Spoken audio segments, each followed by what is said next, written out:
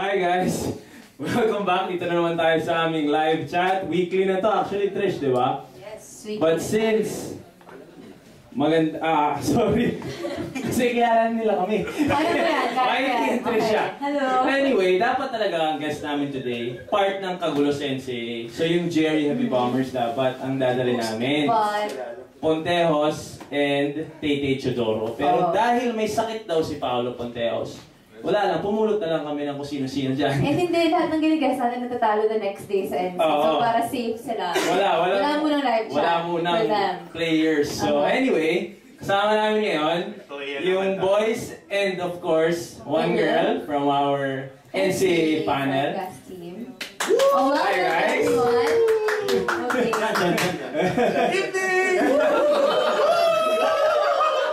So anyway, pakilala mo na kayo. Let me settle. Let me settle. Coach Ato, interview you. Okay guys, so magkakagulo tayo dito today, obviously. Pakilala muna kayo guys. Ganito dapat eh. Hi, I'm Andan. Ako po si Andre Felix. Ako po ay isa lang sa mga anchor sa NCAA, ABS-CBN Sports. At yun lang. Ako si Martin Antonio, siya po si Andre Felix, first mixed BJ search winner. Explain mo naman kung bakit ka. Ano ba yan? Hi! I'm si Siege Latek. Ako yung courtside reporter, which is another word for job description, professional epal sa bench. Siya yun. Tsaka sa dugout. At ako naman si Anton Rojas, Mr. Pure Business. Mr. Pure Business. Pero syempre, siya nga si Mr. Pure Business, pero mamaya, syempre magkakwentuhan tayo, hindi masyadong pure business. Okay. Siya po pala si Victor Quinzal. Yes, Mikey, bukas ang Lyceum, hanapin niyo yung nakaganyan. Hi Trish, hi Mikey, maraming salamat. Pasensya na, wala kayong choice, kami na nag-guess nyo yun. Salamat kay Satino, pati. Kaya sila na lang muna. First name na Paolo, Pontejos. Paolo Pontejos. May nag-aalaga naman kay Paolo. So sila na lang muna. Pero sige, since nandito na kayo, paki-explain naman sa ating viewers. Bakit hammer ang... Tsaka ba't may talang hammer? Yung hammer, pangulutan nito ni Andre. Nakita niya kasi ito sa bahay. Hindi ko nakita. Hindi, pero ang tawag talaga sa'yo. Kasi hammer, yung it's the program that I was running before with underprivileged kids. Humility, accountability, and motivation makes excellence reachable. Okay. It's an acronym. Dati nagkamali pa ako sa sobrang pressure ko kasi mixed VJ search winner.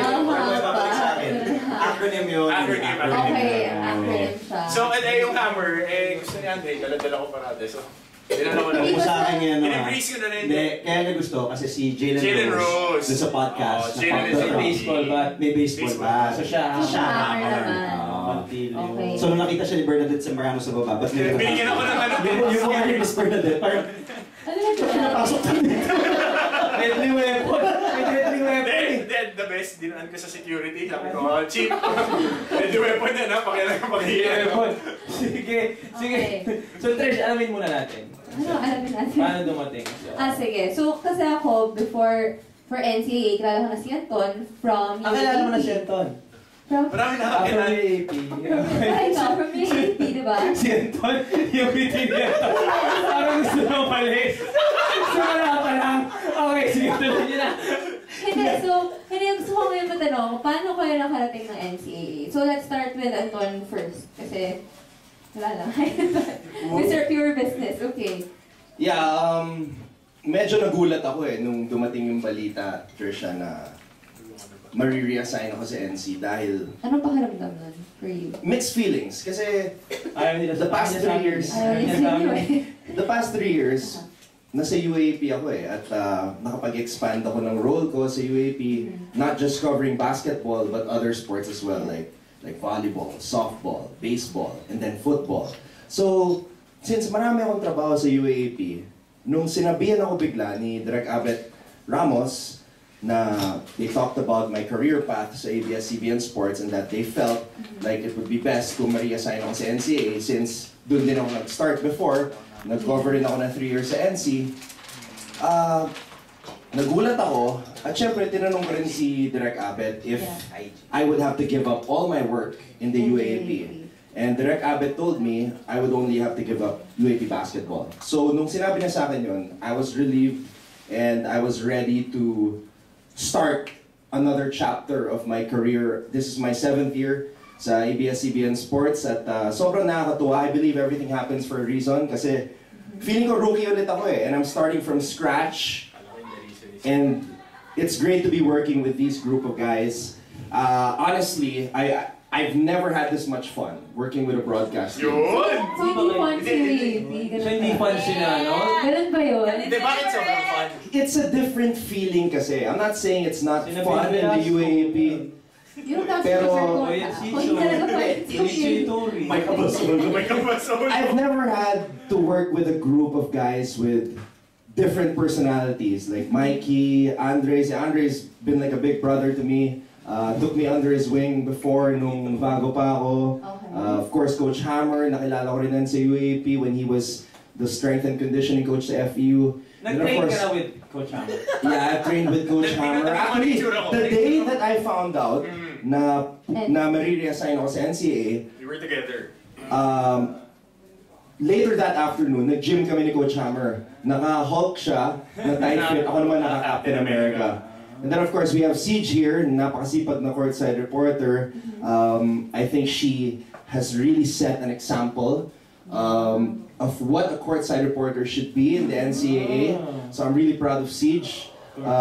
She's been awake since 6 a.m. promoting the NCAA. We're about to begin the Final Four soon. So I'm really happy with the situation right now.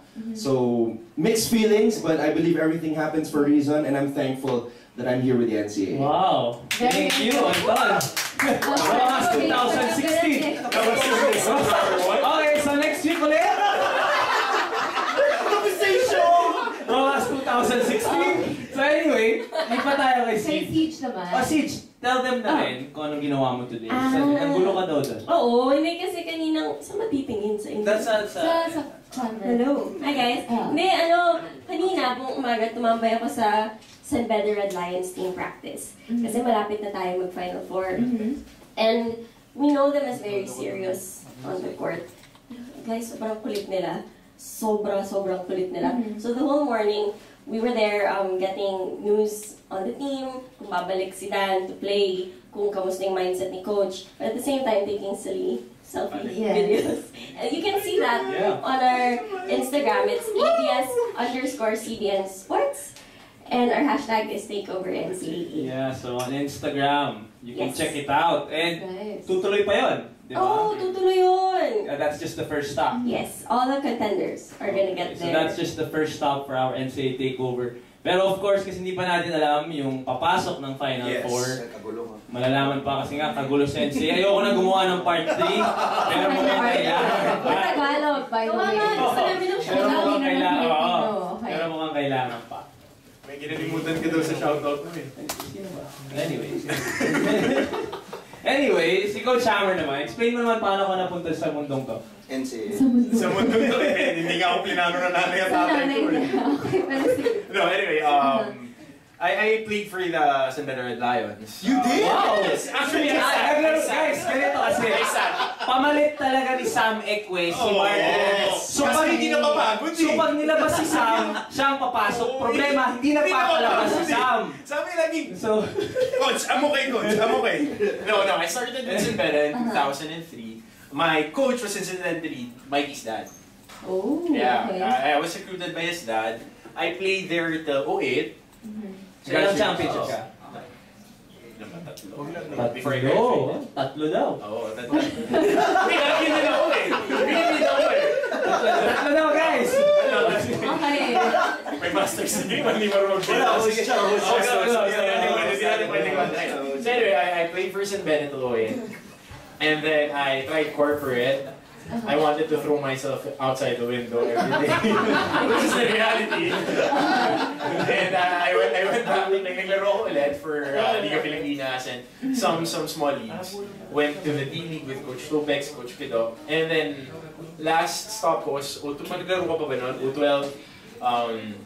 I was with, nasa Blackwater kaya I was with FEU, Frutas.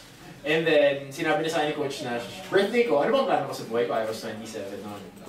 Just 2 years ago. I'm 29. 29. Pero 65 lang yung ako. Sige. So after that, Coach Nash invited me to be part of their coaching staff. And I was incidentally taking up my postgrad degree sa UP for exercise science. So, ayun, I became one of their strength and conditioning coaches. Long story short, mahaba kasi ano naman tayo eh. Sige. Nakita kami ni Terso. So, wedding ni Terso ni Direk Abet. Okay. So, he told me that the NCAA would be coming back. Kasi ewan ko si Anton ba yung nagbigay ng number ko si Direk Abet. Napunta ako eh. Wala na sila choice. Ngayon, nandito na siya. Yun lang yun. Siya ang... the man with ano? Hindi siya yun. Hindi siya. Kasi know it all. Siya yung alam niya hanggang 1980. Kilala niya yung players. Oo. At actually nagugulat yung anchors namin minsan. Kasi yung anchors namin until certain point lang naaalala nila. Anton was there in 2009. Mga panahon pa Ako, 7 lang eh. Oo, pero Siya 87 na lang. Sa mga, yung bangko na kakampi ni Willie Miller, kilala niya eh. Sabi naman, alam mo sino kakampi ng tatay ni Mikey? Kuya Banal. Yun yung kayo na magkakampi na si Quezon Pedro. Ikaw naman, Andre Felix, ang ang Mixed BJ search winner. Siya po siya, nagsisigawan po lahat ng tao natin. Child star din po yan. Hindi, Hindi yung bulak. Hindi pa naman mura dito. Hindi, ako, when I was working at Star Circle Batch 7 ako, it's for Star acting. Circle. sure commercial na 1998. Hindi, mabilis lang. Hindi, pumasok ako sa ABS-CBN Sports, para mabilis lang. Sa ABS-CBN Sports 2006. Dahil, Nataw ka lang. Yung totoo. It was 9 years ago, so I was... Sa mga ano ka na, 21, 22, mga ganyan. So, tapos 23 sabihin natin. Hindi ko maalala eh. Hindi, perfect ko ngayon. Nagigilty. Pero ano, I did the first ever World Poker Tour yon na kinover ng ABS-CBN Sports. Tapos nag-host ako, saan doon sila Derek Abet Ramos, nandun pa sunod si Miss Lee, Derek Lee Hapa. Sila dalawa nagsabi na gusto mong, why don't you try it out, na gusto mo mag-anchor. Kasi ever since nag-audition ako as courtside sa Ateneo, kailangan chicks eh. Wala isang boobs. Wala eh. Pati Laurel, ang dami, Leah Cruz. Batch ba ni Leah Cruz? Umabot naman ako. Okay, sige. Okay, sige. So anyway, wala, talagang hindi ako pwede. So anyway, nag-teacher ko si Sir Sev, Sarmenta, PR, Public Relations sa Ateneo. Sabi niya, sige, I'm willing to mentor you when the time comes. So sakto, 2006, yung World Poker Tour, and then nag-translate to PBL. Sabi niya, try mo muna.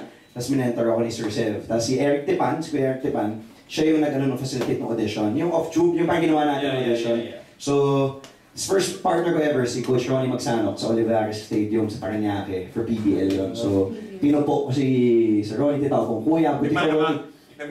Talagang on air. So, talagang ang sama ng first day ko. Kaya, so yun, and then... Pero nag-play-by-play ka. Sinabi mo. Never hirap. Play-by-play, pero kalokohan talaga. It was really, really hard. So, that was 06, 07, and then nag-NCAA na. Yun, sila Sir Bill Velasco, ang anchor noon. Tapos the late great Coach Maniego was the analyst there. One of the analysts, Coach Alan Gregorio, Tinichi Turi, Jude Roque, Judy, tapos yun. And then Anton came 09, yun nga, 2 years after. So, yun, from the NCAA 2007 hanggang 11 yata tayo, no? 2011. And then nawala lang. Sa ABS. Sa ABS. Pumangit. And then... In your honest opinion. Pumangit. Well, it wasn't getting the exposure that it deserves. Being the first collegiate sports league, ika ni Anton, diba? So, it deserves the exposure that it's getting now. So, yun lang. And then, nag-UKG ako from 2011 hanggang 2013. And then hopefully bumalik 2015 itong NCAA. And yun nga, tulad sabi ni Anton, close talaga tayo eh. Parang brotherhood na. And I've also tried yun yung PBS Fox Sports. Iba talaga yung relationship. Like kami ni Boyd Season and Bill Velasco, hindi naman kami magbo-bowling. Yung ginagano na tayo sa Tino. Hindi ba? Mabilis na naman ako. Ginagano na tayo. Siya nga palang pinakamadaldal sa buong parang. Pero sakto rin yun ako hindi super haba. Next question, Mikey. Co-host, go take over, take control. Anyway, so since si Siege siya si Martin ang bago sa ating panel. Of course, kayo mga veterano na kayo. What is the most memorable experience niya? As of now? Siyempre, first year pa lang natin. Kayong dalawa. Kasi sila, marami silang masasabi, di ba? Si Siege, medyo emotional na siya eh. Oo nga Siya like 2 weeks ago. Kasi kwento mo, Trish, kwento mo.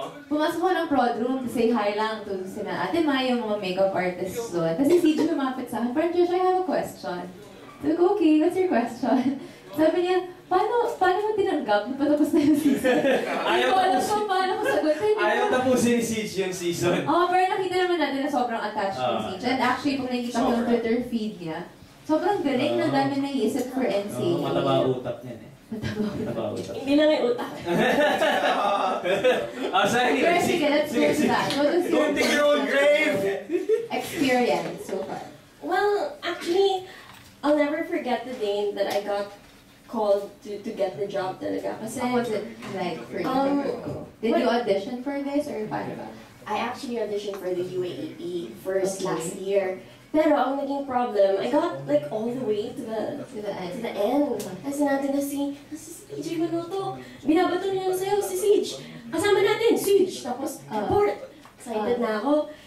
Pero hindi ko nakuha. Ang tanda ko na daw kasi. Tapos, oo, hindi na kasi ako student. Kailangan na students. So parang, syempre, iyak, gano'n. Etong July, biglang June, July, nakuha ko ng tawag. Parang, uy, NCAA naghahanap, okay lang kahit matanda ka. Talaga sabi na okay lang kahit matanda ka. Okay. Nung parang wala akong alam na team sa NCAA. Hindi ako familiar at the time, no? Pero parang, sige, game! Kahit ano! So, yun, pasok ako.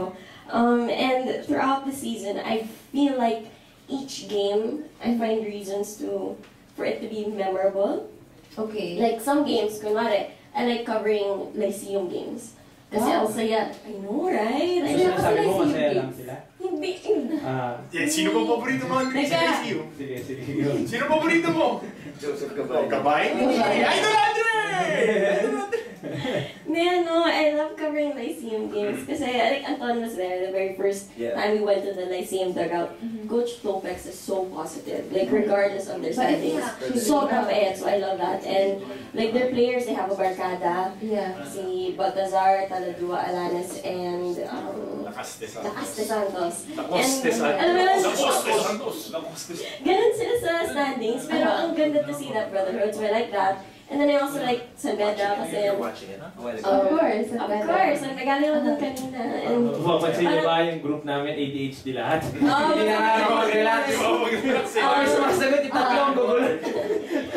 Yun, like, everything's been so good. Like, every week, I'm like, oh my gosh, I have a game today. Yes! That's how it feels every game. AAC, okay lang sa'yo. Oh naman! Oh, mas positive si Coach Aggie. Sobrang positive. Pero may Mikey. Host ako dito, wala akong alam dyan. Alam ko sa NCAA. Okay, sige. Simon Sayap. Hi, Mon Sayap. Meron siya nickname. May nickname siya, di ba? Gumagawa kami ng mga silly Instagram.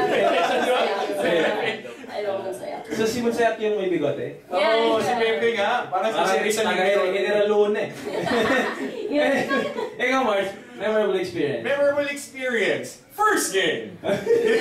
Explain mo sa kanila kung ano yun. Hindi Hindi pwedeng. Hindi, kasi first game namin, first game of the season. What was that? San Beda? Oo, San Beda mo po. Siyempre, Sila nga alam mo San Beda. Kailangan may gumawa. Kasi ano yun? I-react nyo. Relax. Hindi maganda. Di nasa, nasa meeting tayo, di ba? Nakatayo na siya. Hindi, kasi i-excite ako eh. Coach Nash, yung Coach Nash. Coach Olsen. Coach Olsen. Tsaka Coach Olsen Racela. Sir Vic. Shoutout Sir Vic. Sir Vic, hindi ko yata magagawa yung Hindi ko magagawa yung first game, yung Mapua San Beda. Nakatingin na ako nakagano na ako. Gusto ko kasi talaga yung first game. Kasi it's my dream to cover my school. Of course. So, when that opportunity arose, bago pa ma-reveal nila Mikey sa kanila Migs, lumapit na kay Sir Vic. So, pang i-reenact nyo naman ng first game. So, bale, since Anton is a veteran, he's been with the UAP NCAA, he knows everything na. So, he was with the new guy. Rookie. Martin Antonio. So, Nasa MOA Arena kami. pakita niyo muna. First game, Ayan, after more than 3 years, First game ng NCAA after more than 3 years sa ABS-CBN Sports in Action, Studio 23 pa dati At ang kasama ko, Martin Antonio. Alam mo Martin, nung player ka, kilala ka bilang isang matapang na Red Lion. Kita mo naman, first game natin, sabak agad. Kailangan may gumawa. Hindi ka nun Which stance? Kailangan may gumawa. Ano mo yung the best? May nakaupo sa likuran ko, hindi ko alam paano ilalagay yung puwet ko kasi ganyan lang lang yung ledge. So yan ang mga memorable experience. That was the... May naalala pala ako. Sige. Memorable experience nung San Beda game last month, na-interview ko si Jimmy Alapag. Na-interview Oh, si yeah. Okay. Grabe. Ikaw Anton, ano memorable experience mo na kasama si Siege pagpasok ng dugout? Siege, do the honors. Okay, kasi before the game, we go inside the dugouts, and we want to get it done as soon as possible. And so we go early, and there have been times that we've gone in too early. And Unexpected. Excited. Hindi pa sila binis. And then one time, I'm not gonna say who it is, but someone had... Perpetual? Mati! I hope we do not get Perpetual. because Mapagbawal na rin ko Charik. Leopard. Kaya Okay. Pasalamat ka, hindi nanonood ng mga coaches. Hindi nila alam to, pasalamat ka. Hindi alam ni Coach Arik to, Yaki. Tulog kasi Tatay Arik ng ganito. Teka, hindi nyo nga alam. Ako ba si Coach Arik? Hindi. May isa sa kanila nakasuot ng leopard print briefs. Wow! Kasi yung mga player. Dinaig ka na, sabi mo. Dinaig pa ako. Dinaig pa. So sige, so punta tayo sa dalawang veterans na. Sige. So, we just wanna know, what's the difference between this group, yung bagong NCAA, And the UAAP. Sige, siya. Sige with Anton.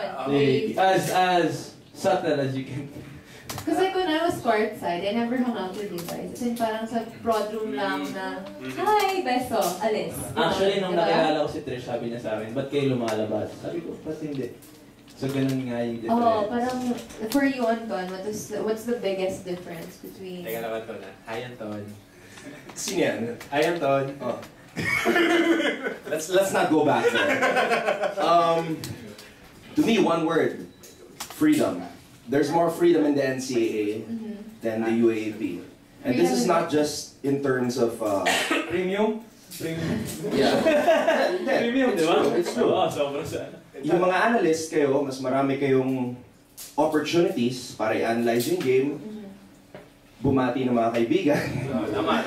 Dahil meron na tayong freedom sa NCAA. Pwede mag-experiment, pwede gawin yung Jan-Jan ng broadcast. Exactly. Which, by the way, was... Never mind. Viva! No, it was game sa lahat ng mga nanonood nung NCAA nung Friday. Thank you so much. But yeah, Trisha, freedom is the biggest difference, and I think when you have the freedom to be yourself and just be loose and relaxed, it translates and it carries over with the personalities of the team. So, ayun, I think that's the biggest difference talaga between covering the NCAA and covering the UAP, the freedom that we have. I think I couldn't have put any better. Tama yung freedom kasi it's the first year of a 10-year contract. 5 minutes. By the way, thank you for joining the show. Hindi, it's yun nga, freedom, pati yung it's the first year of a 10-year contract, so we can pretty much experiment and do things na hindi pa nagagawa. Of course, with the under supervision. 10 years tayo dito. Kami. Hindi, hindi ko alam. Sa'yo 20, bata. Under the supervision. Season 96! Under the supervision, syempre ni Sir Vic, and pag binigyan ng permit nila Sir Dino, nila Sir Vince, syempre, basta okay naman, go ka na direct we can do it like yun, yung pregame, it's really like something different. So makikita mo yung distinction talaga. There's that own branding ng NCAA compared sa NCAA before pa rin, the previous broadcast of ABS-CBN Sports. ng NCAA and also from the UAP. So you can see that distinction, as you can see from the characters that we have now, the personalities that we have, from the analysts, the court side. So I think, yun, yung may sariling identity na tayo eh. So basically, we're not trying to compete with the No.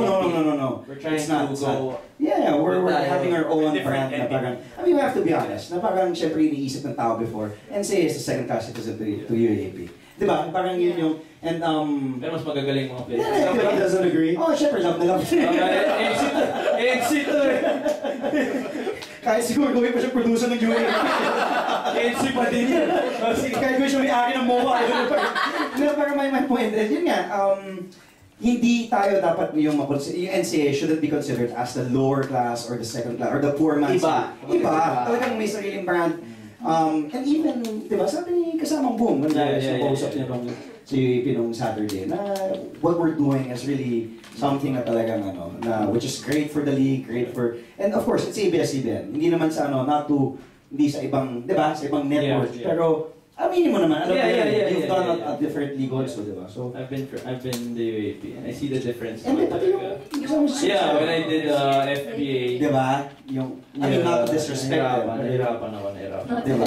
Anyway, since magbe-break muna tayo, Okay. ano lang, mabilis lang. Sinong favorite nyo sa broadcasting? One word, one name, mabilis lang. One name? Yeah. Pinaka-favorite mo sa broadcasting, whether anchor or analyst? Fish ka ba? Hindi naman favorite ka trabaho, pero favorite mo lang. Basta! Wala! Sabihin niyo daw may Mga bata kasi Ako siyempre si Pabe! Ako si Anton. Ikaw. Anton. Nox? Okay. Anton. Wow! Ay! Nabay si Anton! Sige, we'll be back after this.